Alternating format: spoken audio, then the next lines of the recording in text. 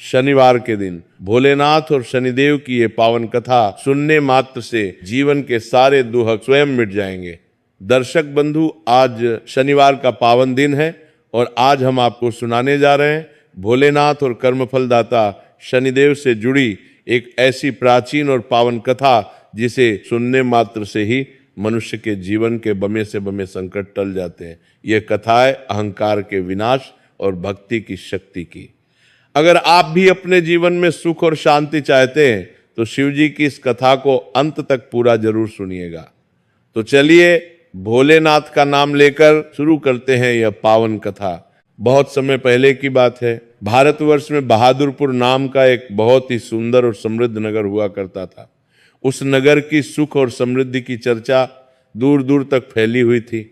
बहादुरपुर का राजा था धीरेन्द्र कुमार। राजा धीरेन्द्र के पास धन दौलत, सेना और शक्ति की कोई कमी नहीं थी। उसका खजाना हमेशा सोने और चांदी से भरा रहता था। उसके महल की दीवारें बेशकीमती रत्नों से जड़ी थी। लेकिन कहते हैं ना कि जब इंसान के पास हद से ज्यादा पैसा और ताकत आ जाती है तो अक्सर उसका विवेक मर जाता है। राजा धीरेन्द्र के साथ भी यही हुआ था। राजा धीरेन्द्र कुमार बेहद घमंडी स्वभाव का था। उसे लगता था कि इस दुनिया में जो कुछ भी है वह उसकी अपनी ताकत और बुद्धि की वजह से है। वह भगवान, धर्म और कर्म जैसी बातों को नहीं मानता था। उसका मानना था कि जिसके पास पैसा है वही इस दुनिया का भगवान है। राजा का यह अहंकार दिन पर दिन बढ़ता ही जा रहा था। वह अपनी प्रजा को तुच्छ समझता था और साधु संतों का मजाक उड़ाना तो जैसे उसका रोज का काम बन गया था। राजा धीरेन्द्र की पत्नी का नाम मीरा देवी था। मीरा देवी राजा के स्वभाव से बिल्कुल विपरीत थी। वो बहुत ही धार्मिक, शांत और दयालु स्वभाव की महिला थी। उनके मन में भोलेनाथ के लिए अटूट श्रद्धा थी। वह रोज सुबह उठकर नियम से पूजा पाठ करती थी और गरीबों को दान देती थी।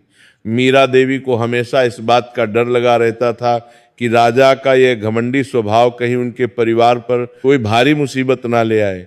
वो अक्सर राजा को समझाती थी कि महाराज, आप अपनी प्रजा के साथ इतना कठोर व्यवहार मत किया कीजिए और ईश्वर से डरिए, क्योंकि समय बदलते देर नहीं लगती।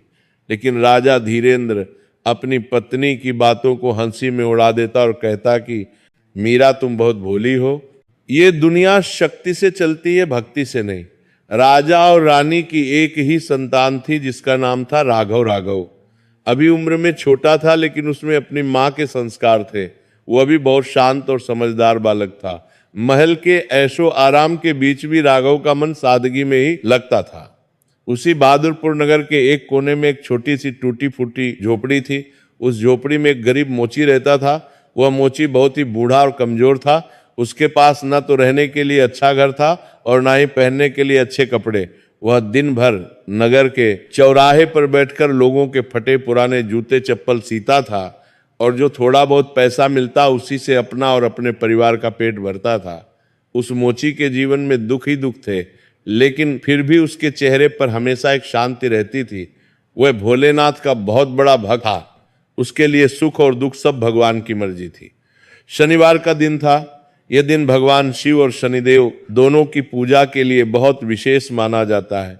उस गरीब मोची ने सुबह सवेरे उठकर स्नान किया और अपनी झोपड़ी के बाहर एक छोटे से पत्थर को शिवलिंग मानकर उसकी पूजा करने लगा। उसके पास चढ़ाने के लिए न तो दूध था और ना ही कोई मिठाई। उसने पास के ही एक पेड़ से कुछ बेलपत्र तोड़े और एक लोटा जल लेकर भोलेनाथ का अभिषेक करने लगा। वो अपनी भक्ति में इतना लीन था कि उसे आसपास की दुनिया का कोई होश ही नहीं था। वो आंखें बंद करके ओम नमः शिवाय का जाप कर रहा था। उसी समय राजा धीरेन्द्र कुमार अपनी सवारी लेकर शिकार पर जाने के लिए महल से निकला। राजा का काफिला बहुत बड़ा था। आगे पीछे सैनिक चल रहे थे और बीच में राजा अपने भव्य रथ पर सवार था। ढोल नगाड़े बज रहे थे और राजा की जय जयकार हो रही थी।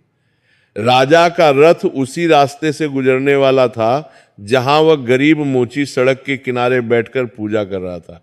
सैनिकों ने दूर से ही चिल्लाना शुरू कर दिया कि हटो हटो, महाराज की सवारी आ रही है, रास्ते से हट जाओ। सड़क पर चलने वाले सभी लोग डर के मारे किनारे हो गए और सर झुकाकर खड़े हो गए। लेकिन वो मोची अपनी पूजा में इतना मग्न था कि उसे सैनिकों की आवाज सुनाई ही नहीं दी। वो वैसे ही आंखें बंद किए बैठा रहा। राजा का रथ करीब आया। जब राजा ने देखा कि एक मामूली सा फटेहाल मोची उसके रास्ते में बैठा है और उसने राजा को देखकर भी अनदेखा कर दिया है, तो राजा का गुस्सा 7वें आसमान पर पहुंच गया। राजा ने अपने सारथी को रथ रोकने का आदेश दिया। रथ रुकते ही राजा धीरेंद्र गुस्से में नीचे उतरा और तेजी से उस मोची की तरफ बढ़ा।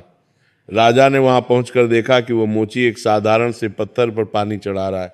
राजा को ये देखकर और भी ज्यादा क्रोध आया। उसने अपनी लात से उस लोटे को ठोकर मार दी जो मोची के पास रखा था। पानी का लोटा दूर जा। मार्तिक तरम ने तराम के विदार के लिए, कोरो के लिए बत्तीन गिरा और पूजा की सारी सामग्री बिखर गई। लोटे के गिरने की आवाज सुनकर मोची की आंखें खुली। उसने सामने राजा को गुस्से में खड़ा देखा तो वो बुरी तरह घबरा गया। वो कांपते हुए हाथ जोड़कर खड़ा हो गया। राजा धीरेंद्र ने कड़कती हुई आवाज में कहा कि अरे मूर्ख, तुझे सुनाई नहीं देता?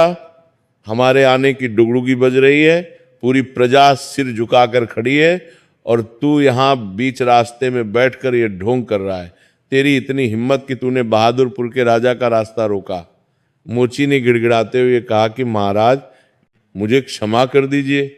मैं अपनी पूजा में लीन था, इसलिए मुझे आपके आने का पता नहीं चला। मेरा इरादा आपका अपमान करने का बिल्कुल नहीं था। मैं तो बस अपने भोलेनाथ की आराधना कर रहा था। आज शनिवार है, इसलिए मैं शनिदेव और शिव जी से प्रार्थना कर रहा था कि वह हम सब पर अपनी कृपा बनाए रखें। मोची की बात सुनकर राजा धीरेंद्र जोर जोर से हंसने लगा। उसने कहा कि कृपा, अरे पागल, देख अपनी हालत, तू दाने दाने को मोहताज है, फटे हुए कपड़े पहनता है और फिर भी तू सोचता है कि तेरा ये पत्थर का भगवान तेरी मदद करेगा। अगर तेरे भगवान में इतनी ही शक्ति होती तो तू आज महलों में राज कर रहा होता।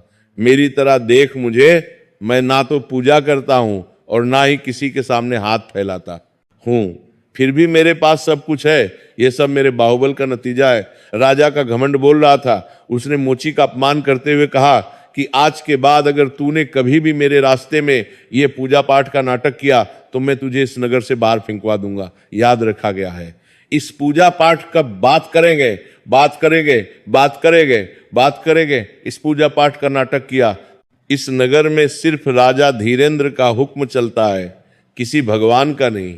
इतना कहकर राजा ने उसे शिवलिंग रूपी पत्थर को भी ठोकर मारने के लिए अपना पैर उठाया। मोची यह देखकर चीख पड़ा। वह राजा के पैरों में गिर गया और बोला कि नहीं महाराज, ऐसा अनर्थ मत कीजिए। आप मुझे मार लीजिए, मुझे सजा दे दीजिए, लेकिन मेरे प्रभु का अपमान मत कीजिए। भगवान शिव बहुत दयालु हैं, लेकिन अगर उनका तीसरा नेत्र खुल गया तो सृष्टि का विनाश होते देर नहीं लगती। और आज तो शनिवार है। शनिदेव न्याय के देवता हैं। वो अहंकार को कभी माफ नहीं करते। आप राजा हैं, प्रजा के पिता समान हैं। आपको ऐसा व्यवहार शोभा नहीं देता। मोची की ये बात राजा को तीर की तरह चुभ गई। एक मामूली मोची उसे ज्ञान दे रहा था। राजा ने गुस्से में मोची को एक जोरदार धक्का दिया। वह बेचारा कमजोर मोची दूर जाकर गिरा और उसका सिर एक पत्थर से टकरा गया, जिससे उसके सिर से खून बहने लगा। राजा ने हंसते हुए कहा कि देख लिया आपने भगवान का न्याय। तू मुझे ज्ञान दे रहा था और सजा तुझे मिली। अब पढ़ा रहे यहीं और पुकार अपने भोलेनाथ को, देखता हूं कौन आता है तुझे बचाने। इतना कहकर राजा धीरेंद्र वापस अपने रथ पर सवार हुआ और वहां से आगे बढ़ गया। राजा के जाने के बाद भी वहां काफी देर तक धूल उड़ती रही। वह मोची दर्द से करा रहा था, लेकिन उसके मुंह से अभी भी हे शंभू, हे भोलेनाथ ही निकल रहा था। उसने किसी तरह खुद को संभाला, लड़खड़ाते हुए उठा और बिखरी हुई पूजा सामग्री को समेटने लगा।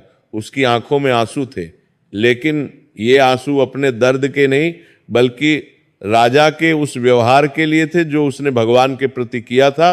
उसने आसमान की तरफ देखकर हाथ जोड़े और कहा कि हे प्रभु, राजा को सद्बुद्धि देना। वह अपने मद में अंधा हो गया है। उसे नहीं पता कि उसने आज क्या कर दिया है, लेकिन नियति कुछ और ही तय कर चुकी थी। राजा धीरेंद्र ने केवल एक गरीब का अपमान नहीं किया था, बल्कि उसने स्वयं अपने विनाश को निमंत्रण दिया था। शनिवार के दिन शिव भक्त का अपमान और शिवलिंग का निरादर, यह अपराध क्षम्य नहीं था। महलों में बैठी रानी मीरा देवी को अचानक एक अजीब सी घबराहट होने लगी। उनके हाथ से पूजा की थाली छूटकर गिर गई, दिया बुझ गया।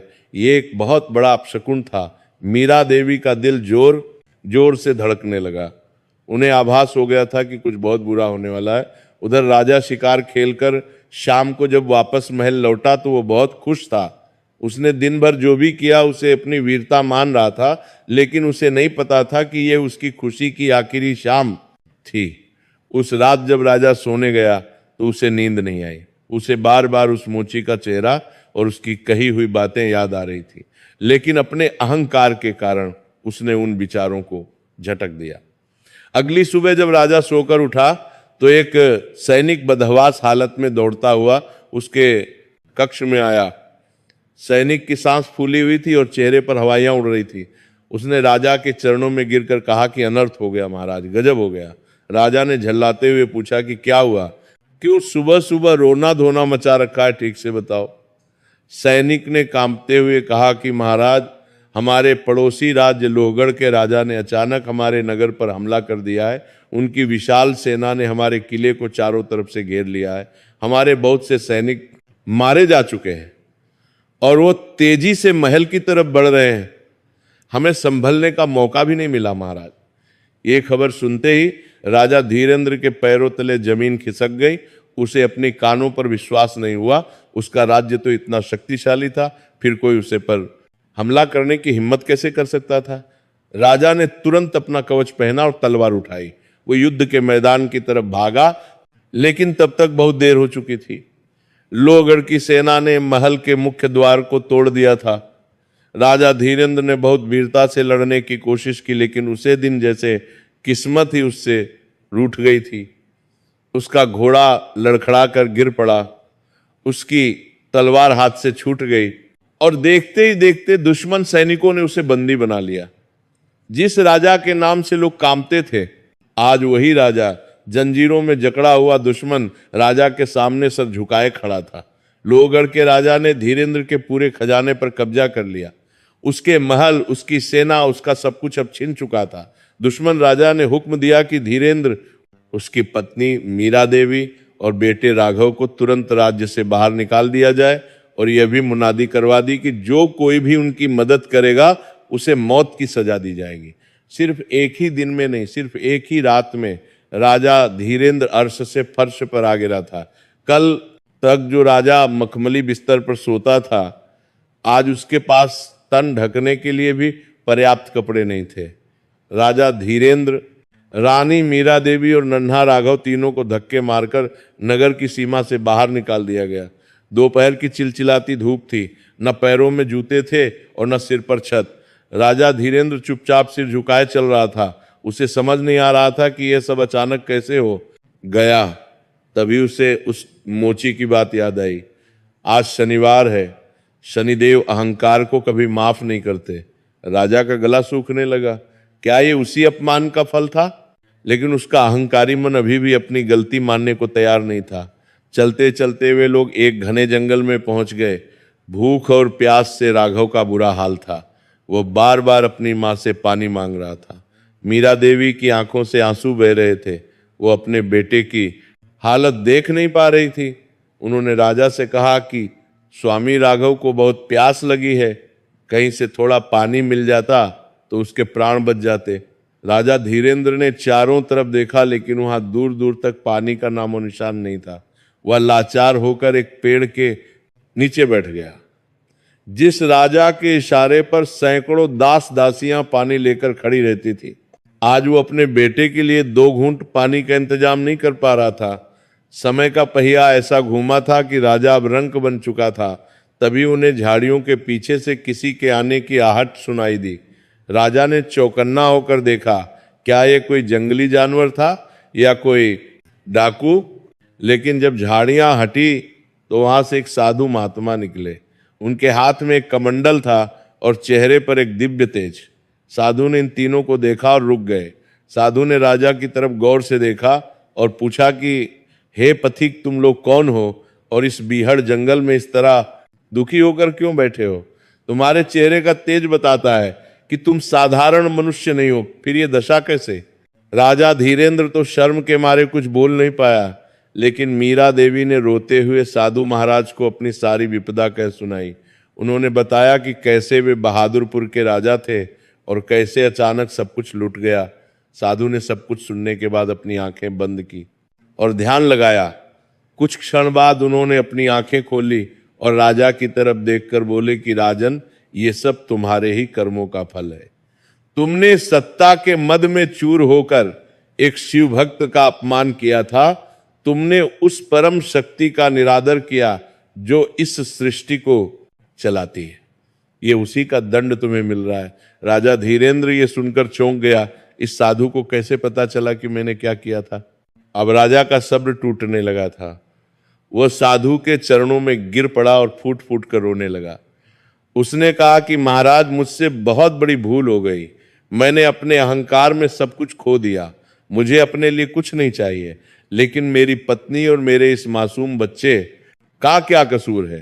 कृपया हमें कोई मार्ग दिखाइए, हम कैसे इस मुसीबत से बाहर निकलें। साधु महाराज ने राजा को उठाया और कहा कि राजन, भोलेनाथ बहुत दयालु हैं। अगर तुम सच्चे मन से पश्चाताप करो तो सब कुछ ठीक कर सकते हैं, लेकिन ये रास्ता आसान नहीं। महाराज, दंडी होगा।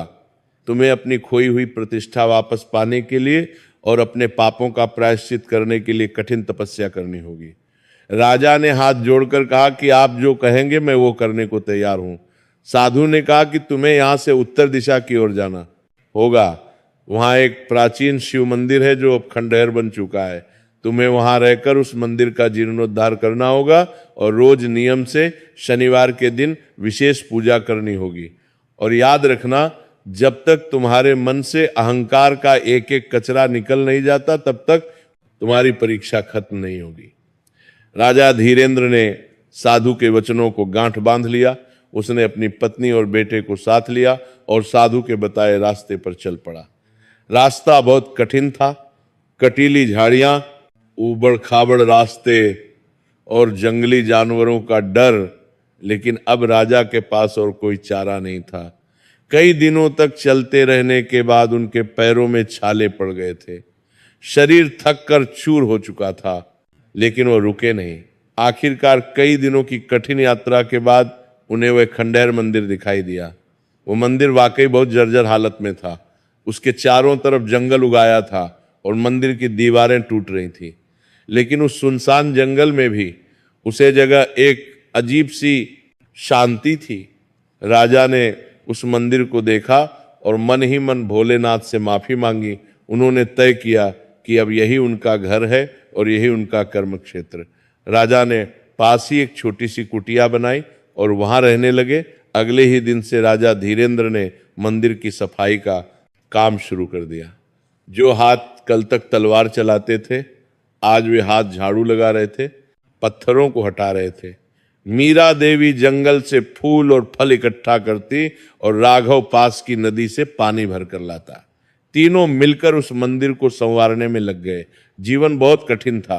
खाने के लिए उन्हें जंगल के कंदमूल पर निर्भर रहना पड़ता था। कभी कभी तो उन्हें भूखे पेट ही सोना पड़ता। लेकिन इस मुसीबत के समय में राजा के अंदर एक बहुत बड़ा बदलाव आ रहा था। उसका घमंड धीरे धीरे पिघल रहा था। अब वो एक राजा की तरह नहीं बल्कि एक सेवक की तरह सोचता था। वो समझ गया था कि जीवन में असली खुशी महलों में नहीं बल्कि मन की शांति और संतोष में है।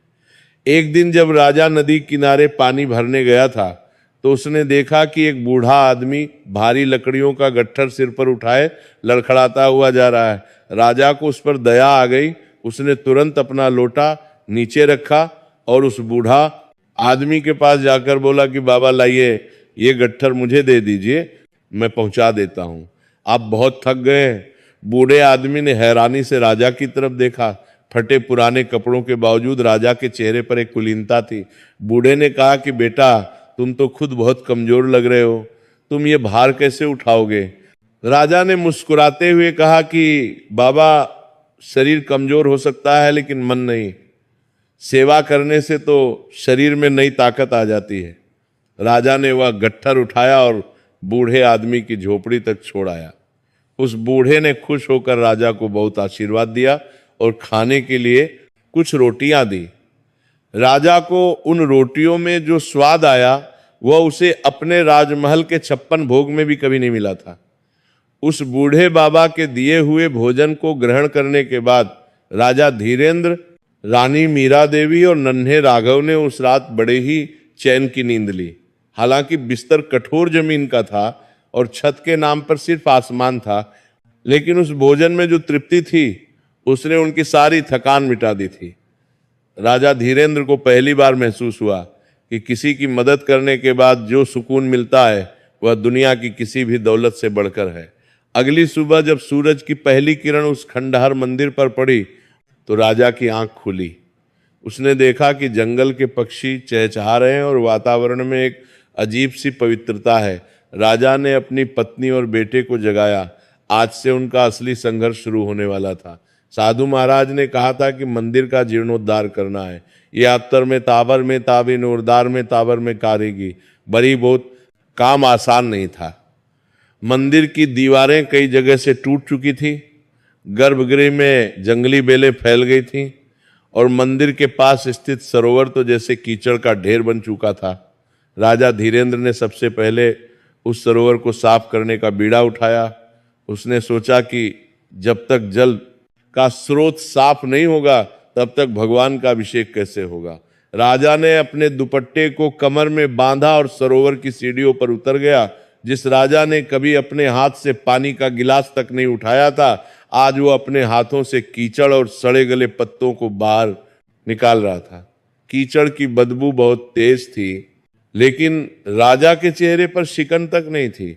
वह बस ओम नमः शिवाय का जप करता जा रहा था और अपने काम में लगा हुआ था। उधर रानी मीरा देवी ने मंदिर के प्रांगण की सफाई शुरू कर दी। उन्होंने जंगली झाड़ियों को उखाड़ना शुरू किया। उनके कोमल हाथों में कांटे चुभ रहे थे, खून निकल रहा था, लेकिन वो रुकी नहीं। वो मन ही मन माता पार्वती का ध्यान कर रही थी और उनसे शक्ति मांग रही थी। नन्हा राघव भी चुप नहीं बैठा। वो अपने छोटे छोटे हाथों से कंकड़ पत्थर बीनकर एक तरफ ढेर लगा रहा था। दोपहर होते होते तीनों थक कर चूर हो गए थे। भूख के मारे पेट में चूहे कूद रहे थे, लेकिन खाने के लिए कुछ नहीं था। राजा ने सरोवर से थोड़ा पानी पिया और अपनी पत्नी से बोला कि मीरा, तुम राघव का ख्याल रखो, मैं जंगल में जाकर कुछ फल या कंदमूल ढूंढता हूं। राजा जंगल की तरफ निकल पड़ा। वो कई घंटों तक भटकता रहा, लेकिन उसे खाने लायक कुछ भी नहीं मिला। हर तरफ सिर्फ कटीली झाड़ियां और सूखे पेड़ थे। राजा को निराशा होने लगी। उसे लगा कि क्या भगवान अब भी उससे नाराज हैं? क्या उसकी परीक्षा अभी खत्म नहीं हुई? तभी उसकी नजर एक ऊंचे पेड़ पर पड़ी जिस पर कुछ जंगली बेर लगे हुए थे। राजा के चेहरे पर चमक आ गई। वो पेड़ पर चढ़ने की कोशिश करने लगा। कई बार फिसला, हाथ पैरों में खरोंचे आई, लेकिन अंत में वो कुछ बेर तोड़ने में सफल हो गया। वह खुशी खुशी बेर लेकर वापस मंदिर आया। तीनों ने मिल बांट कर वो खट्टे मीठे बेर खाए और अपनी भूख मिटाई। दिन बीतते गए। राजा और उसका परिवार रोज सुबह से शाम तक कड़ी मेहनत करता। धीरे धीरे मंदिर का स्वरूप बदलने लगा। जो जगह कल तक भूतों का डेरा लगती थी, अब वहां सफाई और पवित्रता नजर आने लगी थी। राजा ने सरोवर को इतना साफ कर दिया था कि अब उसमें से साफ पानी निकलने लगा था। लेकिन मुसीबतें अभी कम नहीं हुई थी। मौसम बदलने लगा था। आसमान में काले बादल घिरने लगे थे। बारिश का मौसम आने वाला था और उनके पास सिर छुपाने के लिए सिर्फ एक फूस की झोपड़ी थी जो उन्होंने सूखी घास और लकड़ियों से बनाई थी। एक शनिवार की रात अचानक मौसम बहुत खराब हो गया। तेज हवाएं चलने लगीं और बिजली कड़कने लगी। देखते ही देखते मूसलाधार बारिश शुरू हो गई। हवा इतनी तेज थी कि उनकी कमजोर सी झोपड़ी तिनके की तरह उड़ गई। राजा रानी और राघव खुले आसमान के नीचे आ गए। बारिश की ठंडी बूंदें उनके शरीर को भेद रही थी। राघव ठंड से कांपने लगा और रोने लगा। राजा धीरेंद्र ने तुरंत राघव को अपनी गोद में उठाया और मीरा देवी का हाथ पकड़कर मंदिर के गर्भगृह की तरफ भागा। मंदिर का गर्भगृह ही एकमात्र ऐसी जगह थी जहां छत अभी भी सुरक्षित थी। वे तीनों गर्भगृह के एक कोने में सिमटकर बैठ गए। बाहर तूफान तांडव मचा रहा था। ऐसा लग रहा था जैसे आज सब कुछ खत्म हो जाएगा। राघव ठंड से बुरी तरह कांप रहा था। उसका शरीर तप रहा था। मीरा देवी ने अपने फटे हुए आंचल से उसे ढकने की कोशिश की, लेकिन वह भी भीग चुका था। मीरा देवी की आंखों में आंसू आ गए। उन्होंने राजा से कहा कि स्वामी, अगर यह तूफान नहीं रुका तो राघव बीमार पड़ जाएगा, हम क्या करें। राजा धीरेंद्र की आंखों में भी बेबसी थी। वो क्या करता, उसके पास न तो गर्म कपड़े थे और न ही आग जलाने का कोई साधन। उसने सामने स्थापित शिवलिंग की तरफ देखा। अंधेरे में भी जब बिजली चमकती तो शिवलिंग दिखाई देता। राजा ने शिवलिंग के सामने हाथ जोड़े और रुंधे गले से बोला कि हे भोलेनाथ, हे दीनानाथ, मैंने पाप किया है। मैं जानता हूं मुझे आप जो चाहे सजा दे दीजिए, लेकिन मेरे इस मासूम बच्चे को क्यों सजा दे रहे हैं। ये तो आपका भक्त है, इसकी रक्षा कीजिए प्रभु, इसकी रक्षा कीजिए। राजा की प्रार्थना में आज एक अलग ही दर्द था। ये किसी राजा की मांग नहीं थी, बल्कि एक लाचार पिता की पुकार थी। वो पूरी रात शिवलिंग के सामने बैठा प्रार्थना करता रहा। वो राघव के ठंडे पड़ते शरीर को अपनी गर्मी देने की कोशिश करता रहा। शायद राजा की पुकार भगवान तक पहुंच गई थी। कुछ ही देर में तूफान थोड़ा थमने लगा, बारिश की रफ्तार कम हो गई और तभी एक चमत्कार हुआ। मंदिर के कोने में जहां पुराने पत्थरों का ढेर लगा था, वहां से राजा को कुछ चमकता हुआ दिखाई दिया। राजा उठकर वहां गया। उसने पत्थरों को हटाया तो देखा कि वहां एक पुराना भारी संदूक आधा जमीन में धंसा हुआ है। राजा ने मीरा देवी को बुलाया। दोनों ने मिलकर उस संदूक को बाहर निकाला। संदूक पर जंग लगा हुआ है था, लेकिन वह बंद था। राजा ने पास पड़े एक नुकीले पत्थर से संदूक का ताला तोड़ने की कोशिश की। काफी मशक्कत के बाद ताला टूट गया। जब उन्होंने संदूक खोला तो उनकी आंखें फटी की फटी रह गई। उस संदूक में कोई खजाना नहीं था, सोना चांदी नहीं था। उसमें पुराने जमाने के कुछ मोटे ऊनी कपड़े, कुछ बर्तन और आग जलाने के लिए चकमक पत्थर और सूखी रुई रखी थी। शायद किसी पुजारी ने या किसी यात्री ने सालों पहले यह सामान यहाँ छिपाया होगा। राजा की आंखों से आंसू छलक पड़े। ये किसी खजाने एक से कम नहीं था। उसने तुरंत वो ऊनी कपड़े निकाले और राघव को उसमें लपेट दिया। फिर चकमक पत्थर की मदद से मंदिर के एक कोने में आग जलाई। आग की गर्मी मिलते ही राघव की कंपकंपी कम हुई और वह चैन से सो गया। राजा और मीरा देवी ने भगवान शिव का कोटि कोटि धन्यवाद किया। राजा को समझ आ गया कि भगवान परीक्षा जरूर लेते हैं, लेकिन अपने भक्तों को कभी अकेला नहीं छोड़ते। अगली सुबह जब मौसम साफ हुआ तो राजा ने देखा कि बारिश की वजह से मंदिर के आसपास की मिट्टी बह गई है और वहां कुछ अजीब सी आकृतियां दिखाई दे रही हैं। राजा ने वहां जाकर देखा तो पाया कि जमीन के नीचे दबी हुई पुरानी सीढ़ियां बाहर निकल आई हैं। ये सीढ़ियां मंदिर के पीछे की तरफ जा रही थी। राजा ने उत्सुकतावश उन सीढ़ियों की सफाई की। सीढ़ियां नीचे एक तहखाने की तरफ जा रही थी। राजा ने हिम्मत करके नीचे जाने का फैसला किया। मीरा देवी ने उसे रोका, लेकिन राजा ने कहा कि मुझे लगता है कि भोलेनाथ हमें कोई संकेत दे रहे हैं, हमें देखना चाहिए। राजा ने एक मशाल जलाई और नीचे उतरा। तहखाना बहुत पुराना था और वहां चमगादड़ लटक रहे थे। लेकिन जैसे ही राजा मशाल लेकर आगे बढ़ा, उसने देखा कि वहां दीवारों पर बहुत सुंदर चित्र बने हुए हैं, जिनमें शिव पुराण की कथाएं उकेरी गई थीं और कमरे के बीचों बीच एक बहुत ही अद्भुत वस्तु रखी थी। वहां एक बड़ा सा पत्थर का पत्र रखा था, जिसमें पुराने समय में अनाज रखा जाता था। राजा ने उस पत्र में झांक कर देखा तो उसमें अभी भी कुछ पुराना अनाज सुरक्षित बचा हुआ था। यह उस समय का अनाज था जिसे विशेष लेप लगाकर रखा जाता था ताकि वह सालों तक खराब ना हो। राजा समझ गया कि भगवान ने उनके भोजन का प्रबंध भी कर दिया है। वह एक खुशी खुशी ऊपर आया और मीरा देवी को ये बात बताई। अब उनके पास रहने के लिए थोड़ा सहारा और खाने के लिए अनाज था। राजा का विश्वास और दृढ़ हो गया। समय का चक्र चलता रहा। राजा धीरेंद्र अब पूरी तरह बदल चुका था। उसका अहंकार पूरी तरह खत्म हो चुका था। अब वो एक तपस्वी की तरह जीवन जी रहा था।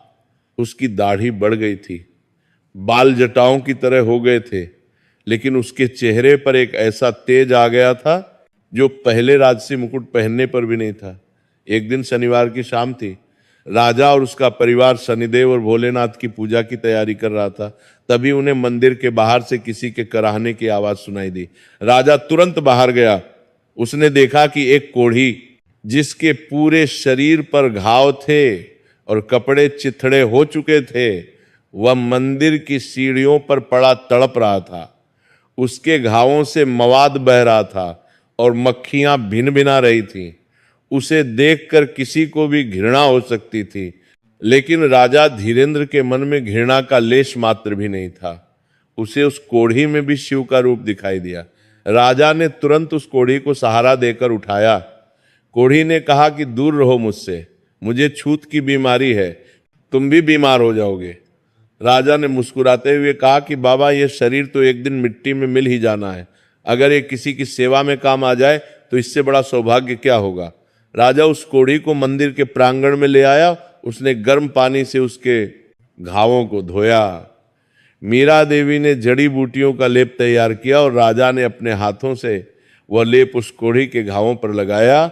उन्होंने उसे अपने हिस्से का भोजन खिलाया और सोने के लिए अपनी जगह दे दी।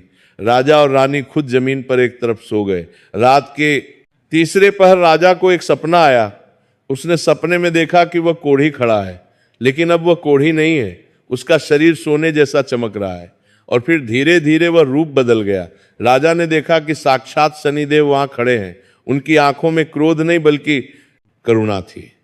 शनिदेव ने सपने में राजा से कहा कि राजन, मैं तुम्हारी सेवा से बहुत प्रसन्न हूं। तुमने कोढ़ी के अंदर भी परमात्मा को देखा। तुम्हारा अहंकार अब पूरी तरह नष्ट हो चुका है। तुमने अपनी गलती का प्रायश्चित कर लिया है। अब तुम्हारे अच्छे दिन लौटने का समय आ गया है। लेकिन याद रखना, परीक्षा का अंतिम चरण अब भी बाकी है। कल सुबह तुम्हें खबर मिलेगी। उस खबर पर तुम कैसा व्यवहार करते हो, उसी पर तुम्हारा भविष्य निर्भर करेगा। इतना कहकर शनिदेव अंतर ध्यान हो गए। राजा हड़बड़ा कर उठ बैठा। उसका शरीर पसीने से लथपथ था। उसने देखा कि सुबह हो चुकी है। वह तुरंत उस जगह गया जहां कोढ़ी लेटा था, लेकिन वहां कोई नहीं था। न कोढ़ी था और न ही उसके जाने के कोई निशान। सिर्फ वहां एक बहुत ही सुंदर और सुगंधित फूल पड़ा था, जो उसे जंगल में कहीं नहीं मिलता था। राजा समझ गया कि कल रात साक्षात शनिदेव उसकी परीक्षा लेने आए थे। उसने वो फूल उठाया और उसे शिवलिंग पर अर्पित कर दिया। उसने मीरा देवी को अपने सपने के बारे में बताया। दोनों भगवान के सामने नतमस्तक हो गए। तभी मंदिर के बाहर घोड़ों की टापों की आवाज सुनाई दी। राजा और रानी चौकन्ने हो गए। क्या फिर से कोई मुसीबत आ रही है? क्या लोहागढ़ के सैनिकों ने उन्हें ढूंढ लिया है? राजा ने राघव को मीरा देवी के पीछे छिपाया और खुद बाहर निकलकर खड़ा हो गया। उसने देखा कि कुछ सैनिक घोड़ों पर सवार होकर मंदिर की तरफ आ रहे हैं, लेकिन ध्यान से देखने पर राजा को लगा कि यह सैनिक लोहगढ़ के नहीं लग रहे। उनकी वेशभूषा कुछ जानी पहचानी लग रही थी। जब सैनिक पास आए तो राजा की आंखें खुली की खुली रह गईं। ये तो उसी के पुराने राज्य बहादुरपुर के सैनिक थे, लेकिन वे यहाँ क्यों आए थे? क्या वे उसे मारने आए थे या गिरफ्तार करने? सैनिकों ने राजा को देखा। राजा की हालत ऐसी थी कि उसे पहचानना मुश्किल था, लेकिन उसकी आंखों का तेज वही था। सैनिकों के सरदार ने घोड़े से उतरकर राजा को ध्यान से देखा और फिर अचानक उसके पैरों में गिर पड़ा। वो रोते हुए बोला कि महाराज, महाराज धीरेंद्र, क्या ये आप हैं? हमें माफ कर दीजिए महाराज, हम आपको पहचान नहीं पाए। आपकी ये दशा देखकर हमारा कलेजा फट रहा है। राजा ने उस सैनिक को उठाया और पूछा कि तुम लोग यहाँ कैसे और बहादुरपुर का क्या हाल है? सैनिक सरदार ने कहा कि महाराज, जब से आप गए हैं बहादुरपुर पर मुसीबतों का पहाड़ टूट पड़ा है। लोहागढ़ के राजा ने हमारी प्रजा पर बहुत अत्याचार किए। उसने मंदिरों को तोड़ दिया, साधु संतों को जेल में डाल दिया। लेकिन महाराज, पाप का घड़ा तो भरता ही है। कल रात लोहागढ़ के राजा के महल में अचानक आग लग गई। सब कुछ जलकर खाक हो गया और इस अफरा तफरी में उसकी अपनी ही सेना ने विद्रोह कर दिया। लोहागढ़ का राजा मारा गया। राजा धीरेंद्र ये सब सुन रहा था। उसे शनिदेव की बात याद आई। कल सुबह तुम्हें एक खबर मिलेगी। सैनिक ने आगे कहा कि महाराज, अब बहादुरपुर और लोहगढ़ दोनों ही राज्यों की गद्दी खाली है। प्रजा ने विद्रोह कर दिया है और वे सब आपको याद कर रहे हैं। वे कह रहे हैं कि हमारे पुराने राजा चाहे घमंडी थे, लेकिन उन्होंने कभी धर्म का अपमान नहीं किया था। प्रजा अपनी गलती मान रही है और आपको वापस बुलाना चाहती है। चलिए महाराज, अपनी गद्दी संभालिए, सेना और प्रजा आपका इंतजार कर रही है। ये वही पल था जिसका कोई भी राजा सपना देखता है। उसका खोया हुआ राज्य, उसका सम्मान, उसकी सत्ता, सब कुछ उसके कदमों में वापस आ रही थी। मीरा देवी की आंखों में खुशी के आंसू आ गए।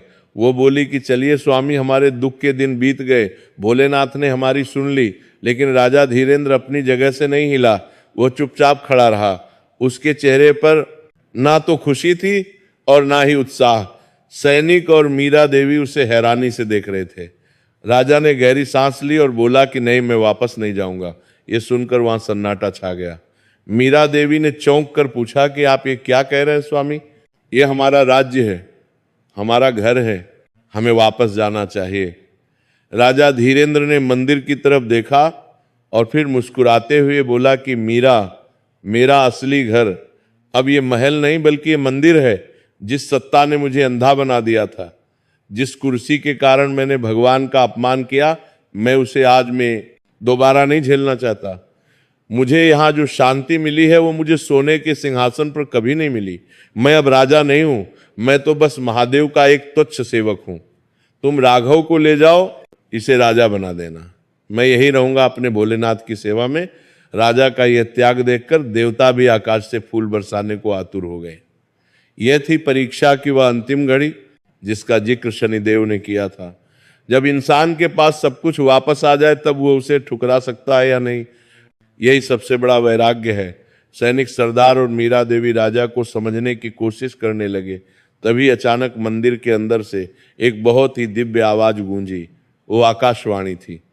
आवाज आई, राजन, तुम्हारी तपस्या पूरी हुई, तुम्हारा त्याग स्वीकार हुआ, लेकिन भगाना धर्म नहीं है। सन्यासी बनकर जंगल में रहना आसान है, लेकिन राज्य सिंहासन पर बैठकर एक योगी की तरह राज करना ही असली धर्म है। तुम्हें वापस जाना होगा। धीरेन्द्र, अपनी प्रजा के लिए, धर्म की स्थापना के लिए जाओ और एक ऐसे राजा बनो जो शासक नहीं बल्कि सेवक हो। यह आवाज सुनकर राजा धीरेन्द्र की आंखें भर आई। ये साक्षात भोलेनाथ का आदेश था। वह अब इसे कैसे टाल सकता था? राजा ने मंदिर की चौखट पर माथा टेका। उसने मिट्टी उठाकर अपने माथे पर लगाई और संकल्प लिया कि आज से मैं राजा धीरेन्द्र नहीं बल्कि दास धीरेन्द्र बनकर राज करूंगा। राजा रानी और राघव सैनिकों के साथ वापस बहादुरपुर की ओर चल पड़े। लेकिन कहानी अभी खत्म नहीं हुई है। दोस्तों, बहादुरपुर वापस लौटना तो आसान था, लेकिन उजड़े हुए राज्य को फिर से बसाना और प्रजा के दिलों में खोया हुआ विश्वास जगाना, ये एक नई चुनौती थी। और सबसे बड़ी बात, वह मोची जिसका अपमान राजा ने किया था, वो अब कहाँ था? क्या राजा उसे ढूंढ पाएगा? क्या वह उससे माफी मांग पाएगा? जैसे ही राजा का काफिला बहादुरपुर की सीमा पर पहुंचा, उसने देखा कि नगर का दृश्य बहुत भयावह था। जगह जगह घर टूटे हुए थे, लोग भूखे प्यासे सड़कों पर बैठे थे। अपने नगर की यह हालत देखकर राजा का दिल रो पड़ा। वह रथ से नीचे उतर गया और पैदल ही नगर में प्रवेश करने लगा। राजा धीरेन्द्र कुमार अपने रथ से नीचे उतर चुके थे। उनके नंगे पैर बहादुरपुर की धूल भरी और टूटी फूटी सड़कों को छू रहे थे। पीछे पीछे रानी मीरा देवी और राजकुमार राघव भी सर झुकाए चल रहे थे और उनके पीछे सेना का वो छोटा सा टुकड़ा जो उन्हें वापस लाने गया था।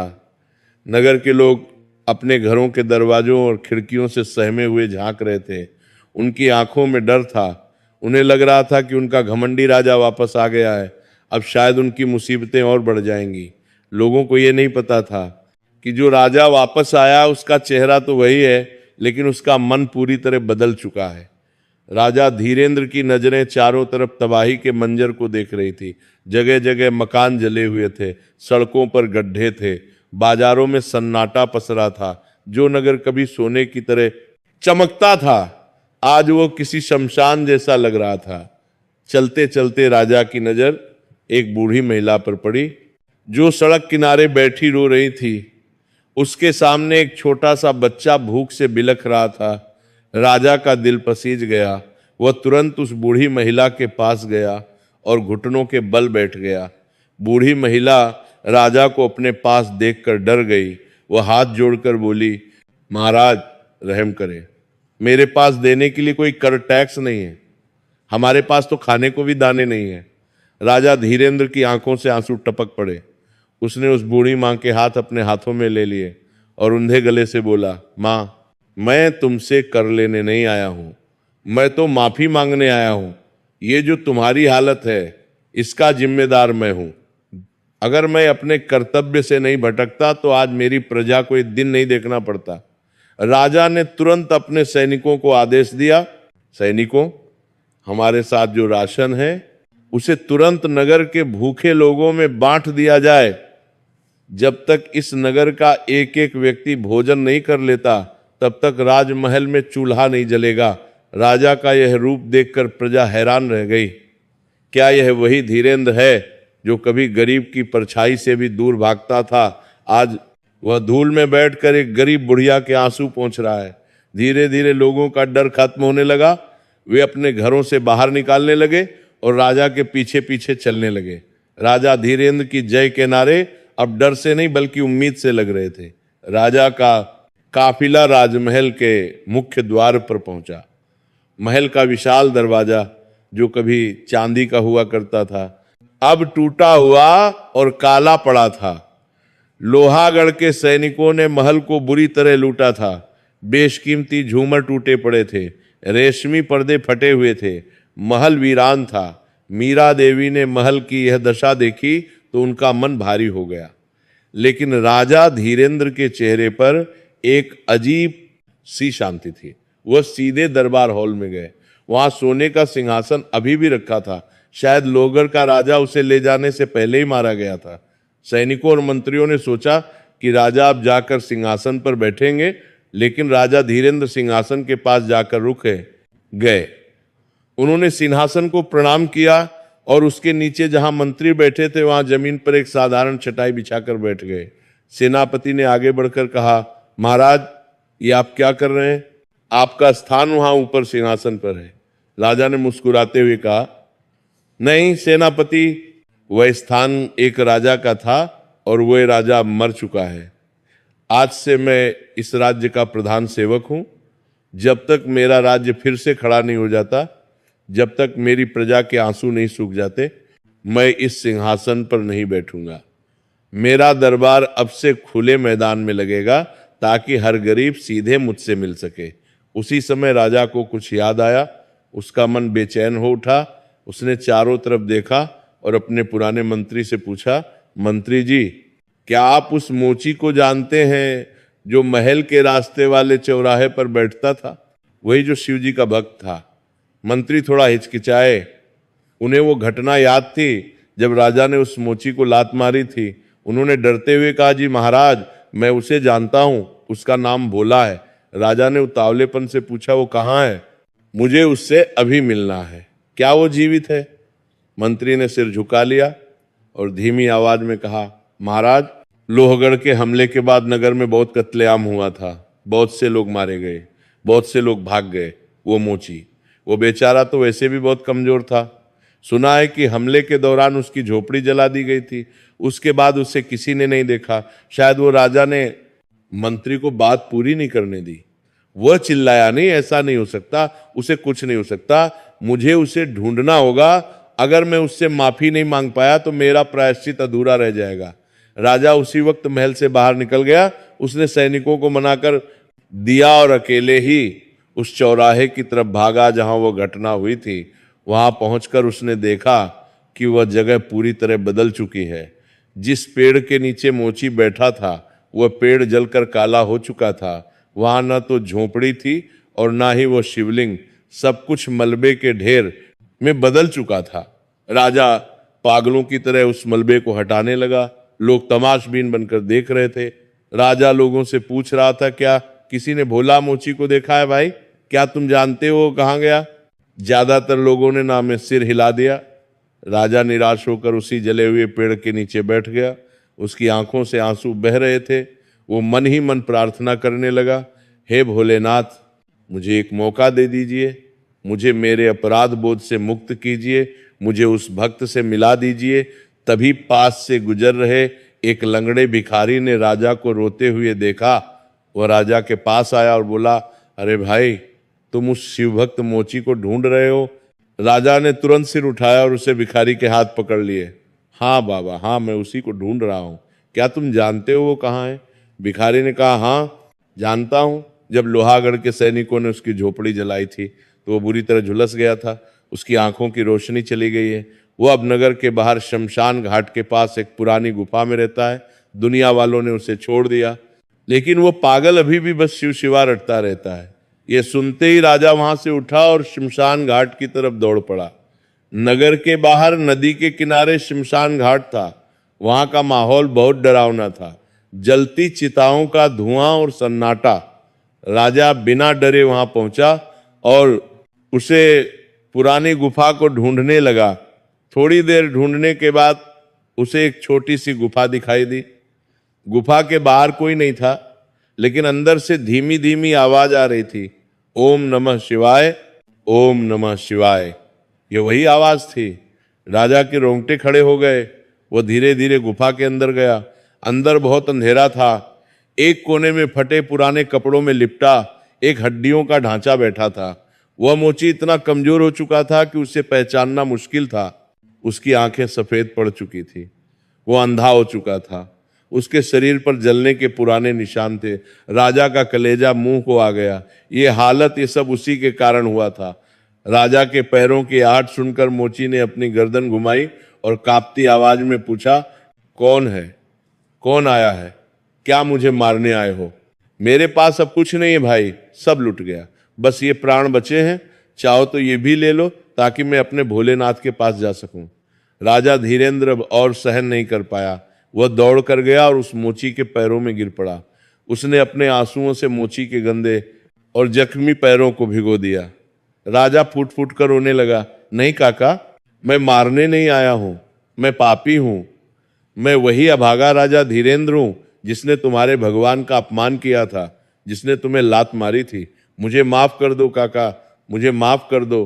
तुम्हारे श्राप ने मुझे सब कुछ सिखा दिया। मेरा राजपाट, मेरा घमंड सब खाक हो गया। अब मैं तुम्हारी शरण में आया हूं। मोची भोला सन्न रह गया। उसे विश्वास नहीं हो रहा था कि उसके पैरों में जो व्यक्ति रो रहा है वह कनकपुर का राजा है। मोची ने अपने कांपते हुए हाथों को आगे बढ़ाया और टटोलते हुए राजा के सर पर हाथ रखा। उसने राजा के आंसुओं को महसूस किया। मोची की आंखों से भी आंसू बह निकले। उसने राजा को कंधों से पकड़कर उठाने की कोशिश की और बोला, महाराज, आप ये क्या कर रहे हैं? आप राजा हैं, प्रजा के पिता हैं। आपको मेरे पैरों में गिरना शोभा नहीं देता। उठिए महाराज, उठिए।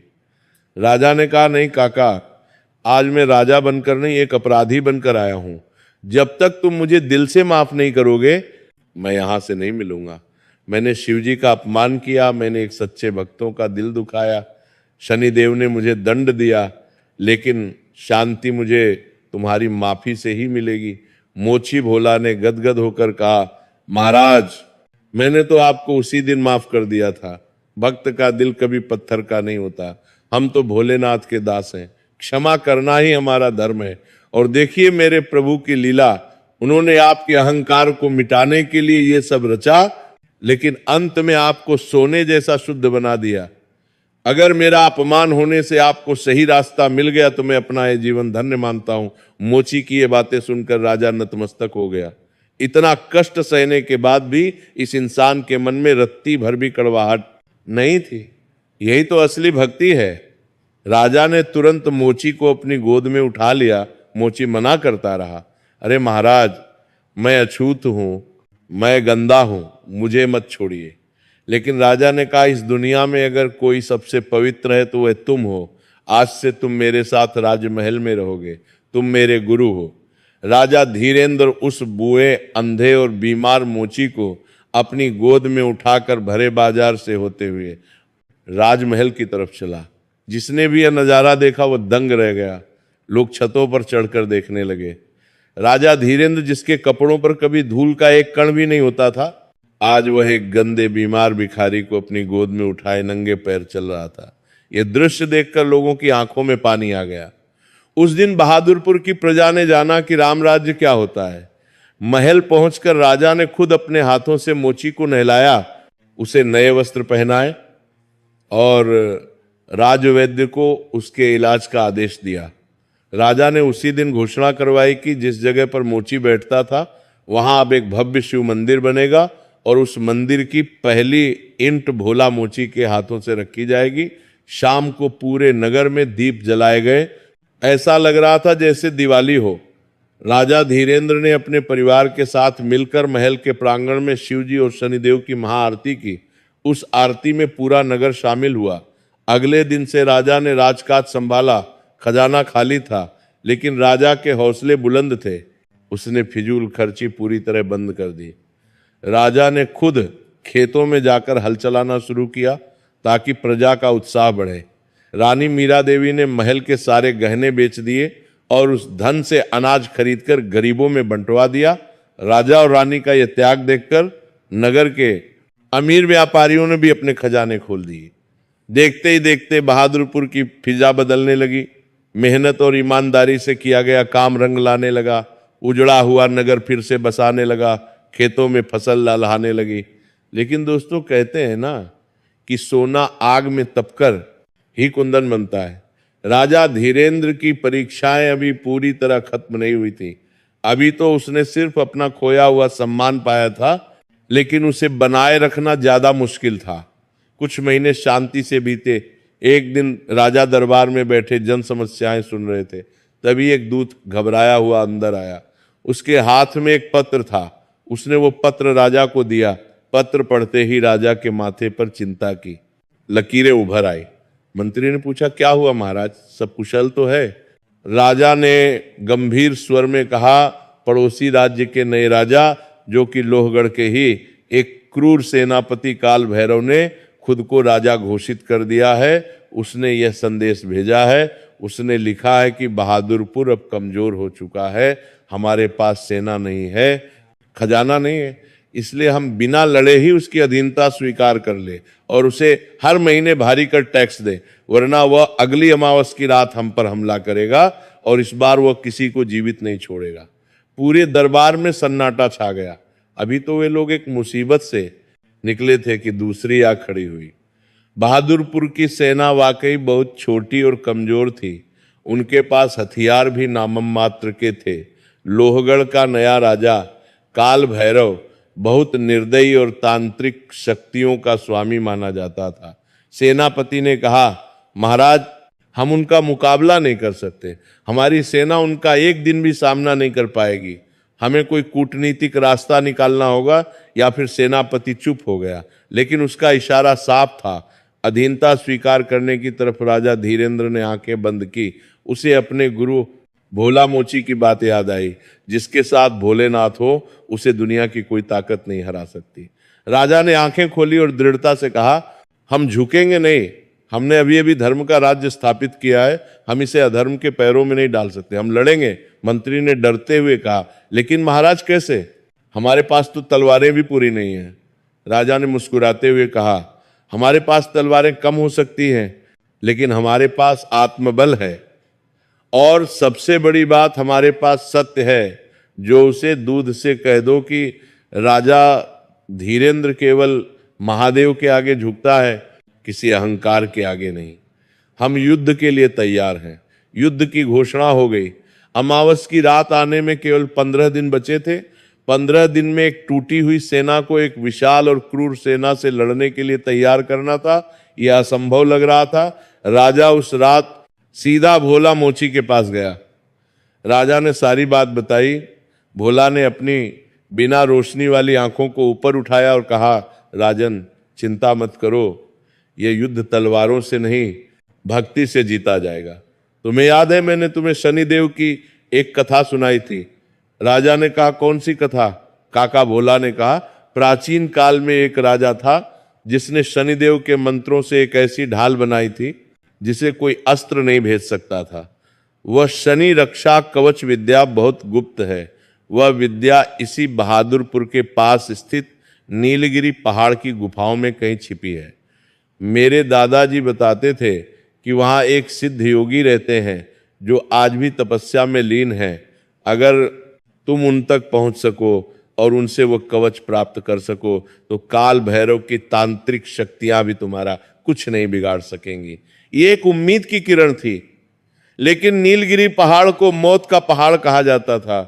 वहां घने जंगल, जहरीले सांप और मायावी शक्तियों का वास था।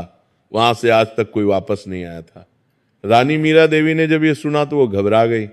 स्वामी, मैं आपको वहां नहीं जाने दूंगी, वह साक्षात मौत के मुंह में जाने जैसा है, हम कोई और रास्ता निकाल लेंगे।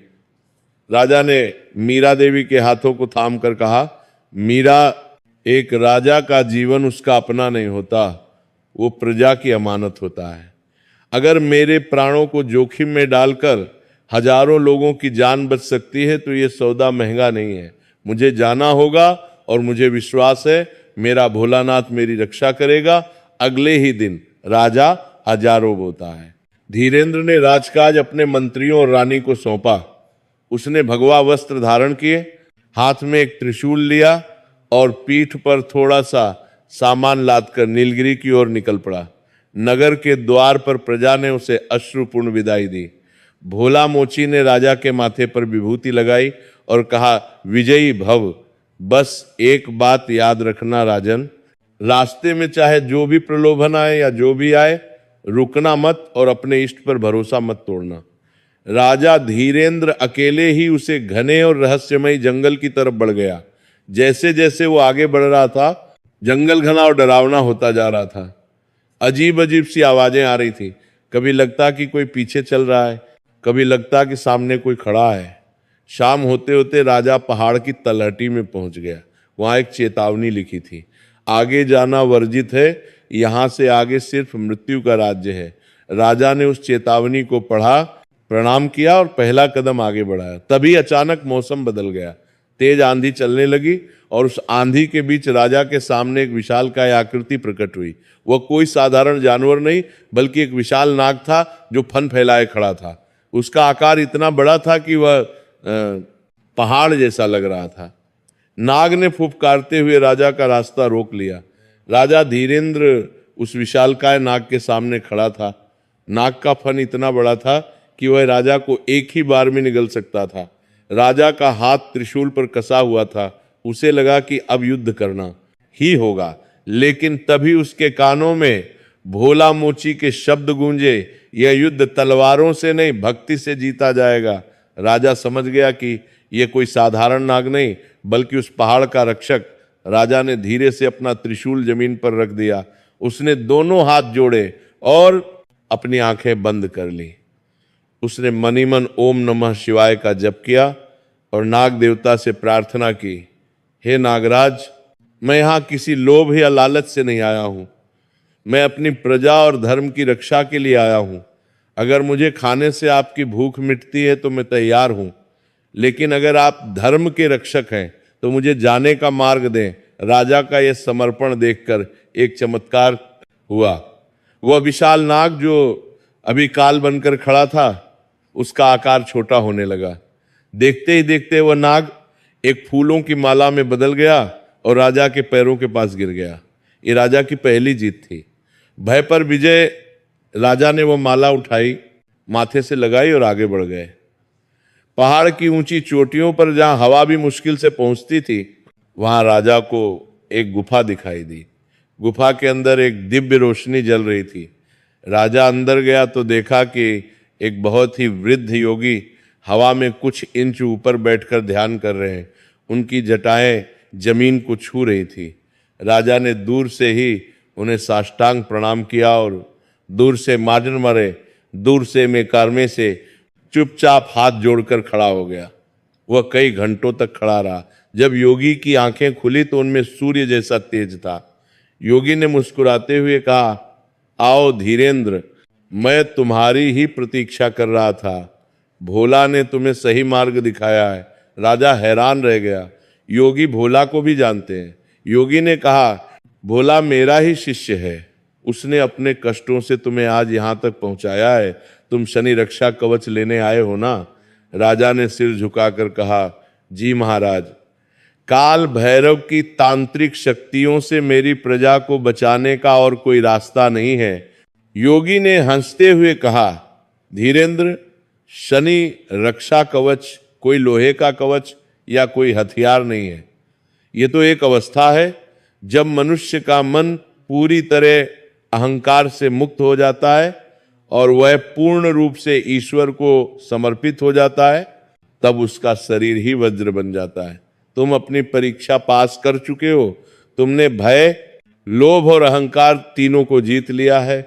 योगी ने अपने कमंडल से थोड़ा सा भस्म राख निकाला और राजा के माथे पर लगा दिया। फिर उन्होंने एक रुद्राक्ष की माला राजा को दी और कहा, जाओ राजन, इस भस्म में शिव की शक्ति है और इस माला में शनिदेव का न्याय। जब युद्ध के मैदान में काल भैरव अपनी माया चलाए तो तुम बस इस माला को पकड़कर सत्य का आह्वान करना। अधर्म चाहे कितना भी शक्तिशाली क्यों ना हो, धर्म के आगे उसे झुकना ही पड़ता है। राजा धीरेंद्र ने योगी का आशीर्वाद लिया और बिजली की तेजी से वापस बहादुरपुर की ओर दौड़ा। समय बहुत कम था, अमावस की रात आ चुकी थी। उधर बहादुरपुर में हाहाकार मचा हुआ था। काल भैरव की विशाल सेना ने नगर को घेर लिया था। काल भैरव एक तांत्रिक था। उसने अपनी काली शक्तियों से आसमान में काले बादल जमा कर दिए थे। अजीब अजीब सी डरावनी आवाजें आ रही थी। बहादुरपुर के सैनिक डर के मारे कांप रहे थे। रानी मीरा देवी और राजकुमार राघव महल की छत पर खड़े होकर राजा का इंतजार कर रही थी। काल भैरव अपने हाथी पर सवार होकर आगे आया और गरजते हुए बोला, कहा था ना मैंने, तुम्हारा राजा डरपोक है, भाग गया। अब तुम सब मेरी गुलामी करोगे।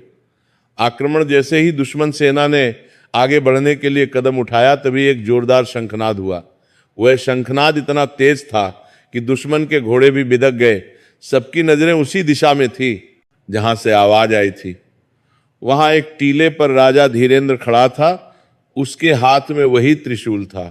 माथे पर योगी का दिया हुआ भस्म चमक रहा था और गले में रुद्राक्ष की माला थी। राजा अकेला था। देशवार दाथा नोनी को उससे तलीपुर लगे, बुशका नोन बर्तन को उसका दाप, लेकिन उसका तेज हजारों सूर्य के समान था।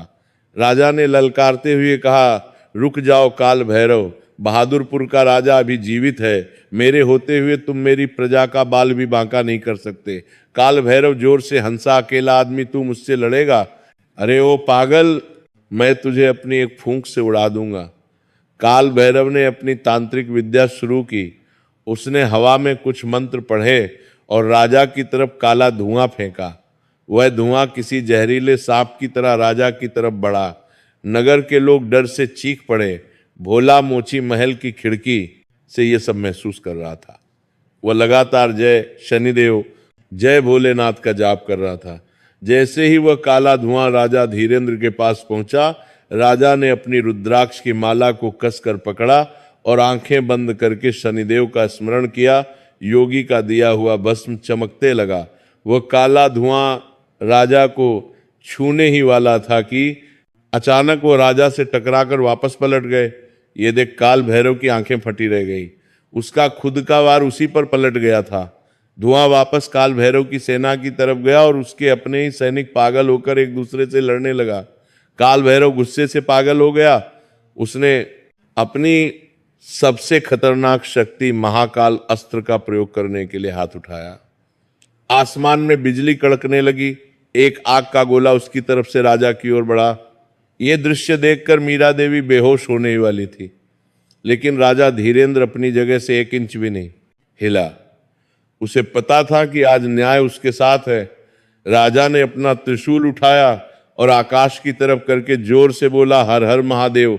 जैसे ही राजा ने महादेव का नाम लिया, त्रिशूल से एक दिव्य नीली रोशनी निकली। वह रोशनी सीधे उस आग के गोले से टकराई। एक बहुत बड़ा धमाका हुआ जिससे धरती हिल गई। वह नीली रोशनी उस आग को चीरते हुए सीधे काल भैरव की छाती की तरफ बढ़। काल भैरव चिल्लाया, नहीं, ये असंभव है। लेकिन पाप का अंत निश्चित था। वह रोशनी काल भैरव से टकराई और देखते ही देखते वह घमंडी और क्रूर राजा अपने हाथी से नीचे गिर पड़ा। उसकी सारी तांत्रिक विद्याएं, उसका सारा घमंड एक पल में राख हो गया। उसका गिरना था कि उसकी सेना में भगदड़ मच गई।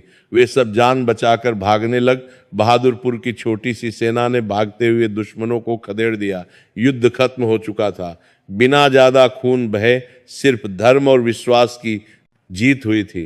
राजा धीरेंद्र धीरे धीरे चलकर नगर द्वार पर आया। पूरी प्रजा उसके चरणों में गिर पड़ी, लेकिन राजा ने सबको उठाया और कहा, मेरी जयकार मत करो।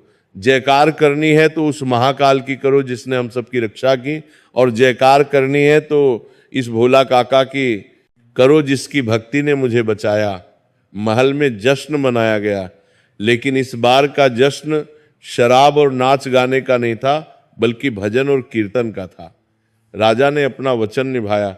जिस जगह भोला मोची बैठा था वहां एक बहुत ही विशाल और सुंदर शिव मंदिर बनवाया गया। उसने मंदिर का नाम रखा गया भक्त और भगवान का मंदिर। भोला मोची ने अपने हाथों से शिवलिंग की स्थापना की। उस दिन के बाद से राजा धीरेंद्र ने अपना पूरा जीवन एक राजसी राजा होते हुए भी आदर्श की तरह बिताया। वह दिन में राजकाज करता और रात में उसी मंदिर में बैठकर ध्यान लगाता। राजकुमार राघव भी बड़ा होकर एक बहुत ही न्यायप्रिय राजा बन। शनिवार के दिन उस मंदिर में भक्तों की भारी भीड़ लगने लगी। मान्यता हो गई कि जो भी इस मंदिर में सच्चे मन से अपनी गलती मानकर माफी मांगता है और अहंकार त्यागने का संकल्प लेता है, शनिदेव और भोलेनाथ उसकी झोली खुशियों से भर देते हैं। राजा धीरेंद्र और मोची भोला की यह कहानी पीढ़ियों तक सुनाई जाती रही। ये कहानी हमें सिखाती है कि घमंड रावण का भी नहीं रहा तो साधारण मनुष्य की क्या बिसात। जब तक हमारे पास पैसा, ताकत और जवानी है, हमें उसका घमंड नहीं करना चाहिए, क्योंकि वक्त का पहिया जब घूमता है तो राजा को रंग को